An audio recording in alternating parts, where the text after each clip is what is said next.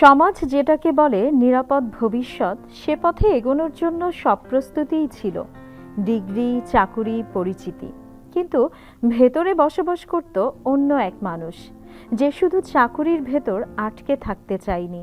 সে তার নিজের পরিচয় খুঁজত রঙে, গল্পে আর মানুষের অনুভূতিতে।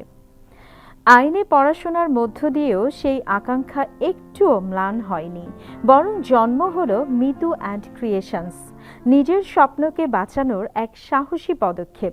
প্রতিটি পোশাক শুধু কাপড় নয়, এ যেন হাসি, কান্না আর ভালোবাসার নিঃশব্দ সাক্ষী। তিনি হয়তো সেই সব দেশে এখনো যেতে পারেননি, কিন্তু তার তৈরি পোশাক পৌঁছেছে ইউরোপ, আমেরিকা সহ মধ্যপ্রাচ্যের বিভিন্ন দেশে। এই কাজ কখনো শুধু ফ্যাশন ছিল না, কখনো ছিল শৈশবের স্মৃতি, কখনো বা হারিয়ে যাওয়া বিকেল, আবার কখনো মানুষের অবস্থান বা প্রতিবাদের ভাষা। পেরিয়ে আসা এই পথ সহজ ছিল না। চাকুরি, দীর্ঘ রাত, সন্দেহ, অবিশ্বাস সবকিছু পেরিয়েই তবে এগোতে হয়েছে। কারণ তিনি জানতেন, স্বপ্নে বিশ্বাস থাকলে হয়তো একটু দেরি হয়, কিন্তু সেই স্বপ্নকে কখনো থামানো যায় না।